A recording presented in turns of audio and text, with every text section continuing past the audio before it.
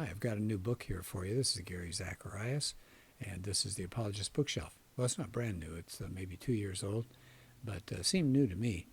It's called A Good and True Story by Paul Gould, subtitled 11 Clues to Understanding Our Universe and Your Place in It. So when I get a new book, I like to look in the back just to see what people have said on the back cover. And people like Mary Jo Sharp, Paul Gould, Melissa Cain Travis all give it a thumbs up. But the person I was really impressed with, who gives us a huge thumbs up, is J.P. Moreland. And what a thinker, what a writer. Here's what Moreland said, talking about Paul's book. Very accessible, conversational, full of stories and illustrations. Well, that's a nice comment. But he goes beyond that. He says, this is now the best book to give to an unbelieving friend or relative. Now that is high praise coming from J.P. Moreland. The best book to give to an unbelieving friend or relative. Well, let me show you what he's up to here. I'm going to go kind of toward the middle of the book. He's talking about the history of life on Earth and the beginning of life. So he says, we've got a story of expansion and diversification. We have creatures that come, and they, for a long period of time, life on Earth is sparse and simple. And he says, roughly, let's pick up the story about 3.5 billion years ago. You had an atmosphere of carbon dioxide, methane, sulfur dioxide, and nitrogen. There wasn't much oxygen. And then about 2.4 billion years ago, about a billion years after the first life formed, the atmosphere began to change. And the level of oxygen increased and kept on going. And the next step after that, then you get, of course, at that time, with more oxygen, you got more complex multicell organisms. The next step was organisms with skeletons. They began to appear, he says about 500 million years ago during a period known as the Cambrian explosion. And that witnessed an abrupt change. I mean, all sorts of new body types and animal groups just appeared within just a few million years. And I know when we say just a few million years, but it's odd, but with evolution, it's not supposed to happen that fast. So they call it an explosion. And you get water-dwelling animals at that time, sea worms, arthropods, mollusks. And then around 450 million years ago, the land began to be green, and now you got soil developing, and you get more biodiversity. And you've gotten a lot of species that are just blooming on Earth. But then about 250 million years ago, it was called the Permian period, a lot of species died out, maybe a lot of volcanic activity. And then we get more diversity coming back in about 100 million years ago.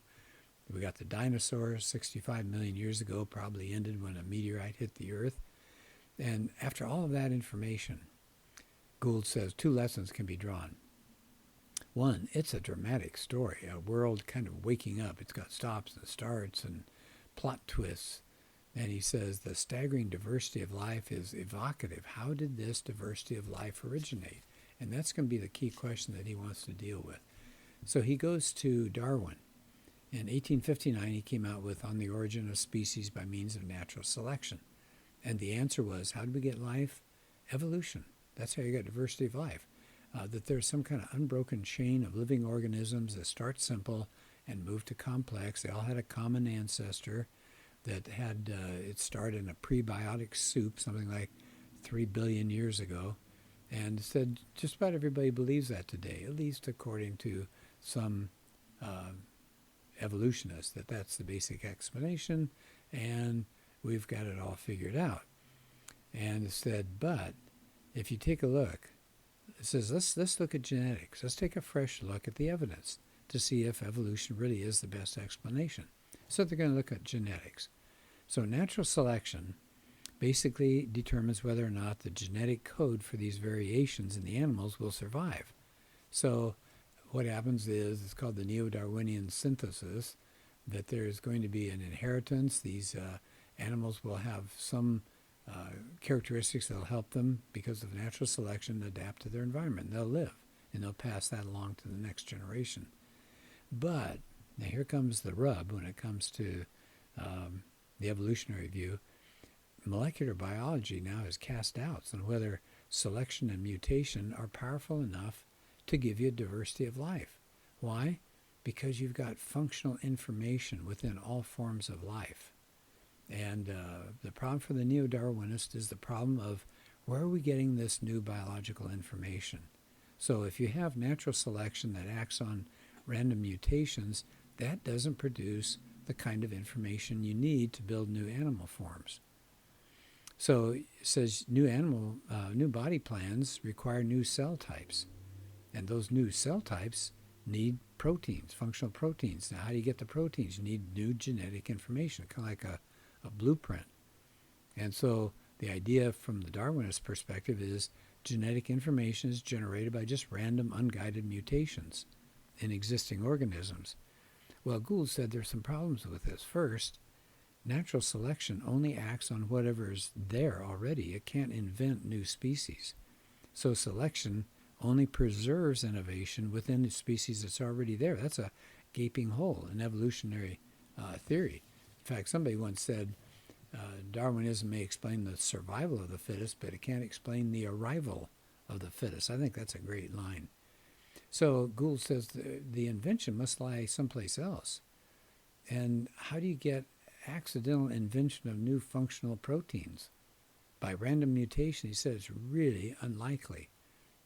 It's rare to get the arrangements of DNA bases that will produce new functional proteins.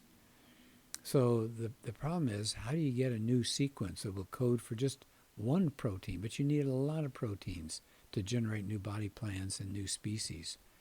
He says many biologists actually are going to admit that this natural selection can't be the whole story. It doesn't have creative power. It can't generate that new biological information that you need for new body plans. In fact, I guess there are two biologists here. They say, well, they still like the neo-Darwinian paradigm, but it completely avoids the origination of traits and forms. It doesn't have any theory of the generative. In other words, how do you get it going? How do you get it started? You can keep it going, but how do you get it started? And so he said, we have no information yet on any kind of proposed method to get this novel new information going. He said, what's the best explanation for the origin of species? I mean, what accounts for this explosion of novel body plans and information throughout the history of life on Earth? He said, intelligence. He said, we're led through the investigation to an intelligent cause. And he says, why bother with long, drawn-out discussion about evolution? He said, we want to discover the true story. He said, there's a widespread belief that evolution is the best explanation. So he said, let's not leave any stone unturned. He said, yeah, he agrees right now the debate over the origin of species has become pretty toxic. But he says his claim is that evolution only works if you can produce all this new information. There has to be a mind, he says, behind that to get that evolution. He says individual organisms have to adapt. And how do they adapt? They've got to have that new information.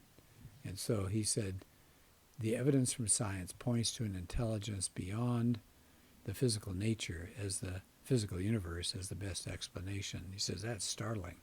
He says Darwin did not explain away design. So he's going to continue with other sections of the book here. But I just wanted to give you a feeling for what he's talking about, this species thing. Now, let me share with you just one other chapter here. This is a chapter about life itself. How do you get life going? How do you get it started? He said, well, people are pretty optimistic. You know, the naturalists say, well, we'll figure out how life got started. But James Tour, who's a professor at Rice, he's one of the world's leading synthetic organic chemists. And he said, we synthetic chemists should state the obvious. The appearance of life on Earth is a mystery. We're nowhere near solving the problem. Is life unique? Is there a divine cause, he asks? Or is it just something that happened with these blind, purposeless forces? And he says, think about this. People say, well, the Earth's been around for 4.5 billion years, or 3 billion, whatever it is. Obviously, that gives you plenty of time to get life started accidentally. But he says, oh no, for the first 700 million years or so, the Earth was way too hot to support life. And he said they're already finding fossilized stromatolites. He said actually in Greenland now, they date back to 3.7 billion years old. Now, if the Earth is maybe, I don't know, would he say 3.8 or so, you've got roughly 100 million years to get life started. That's a blink of the eye when it comes to geologic time. And you got to get proteins and a DNA and RNA and metabolic systems started. Where was it on Earth that life began? He said, well, Darwin said some kind of warm pond. Others have said maybe deep sea thermal vents, that maybe there, edge of the ocean, the edge of volcanoes.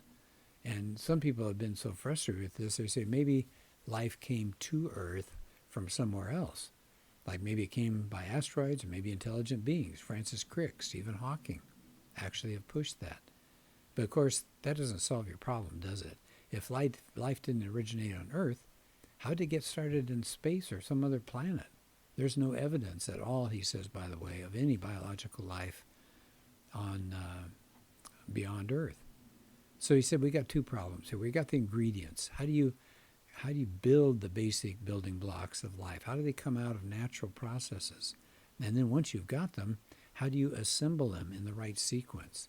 So he said the ingredients, you've got to have proteins, genetic material, DNA and RNA, and lipids, cell membranes. And he said they've got no idea how those things started. Now, Harold Urey and Stanley Miller tried something back in the 50s called the Miller-Urey experiment of putting gases and hitting them with a spark.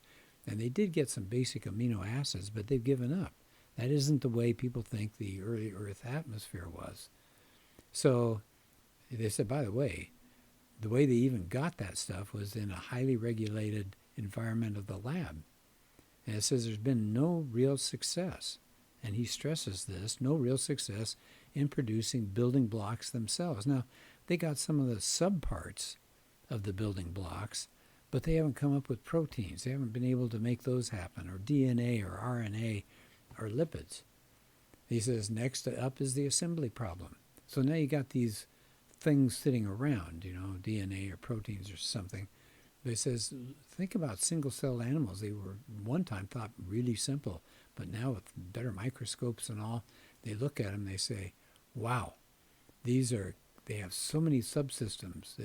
They're molecular machines in there. Somebody said the cell is like a human factory. Now it says, for example, let's take proteins, right? Cells are made up of proteins and other microscopic parts. How do you get proteins? You take amino acids, you hook them together in a chain. But it's got to fold a certain way. And it said the biological information inside just a simple organism is mind-boggling. Even in a basic single-cell organism, you need something like 300 to 500,000 of base pairs of DNA. Now, the human genome has over 3 billion pairs. So here's the question.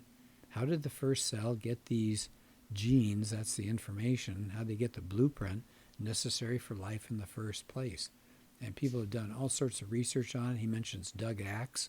You might look him up. He's a biologist. And he said, that's A-X-E, his last name.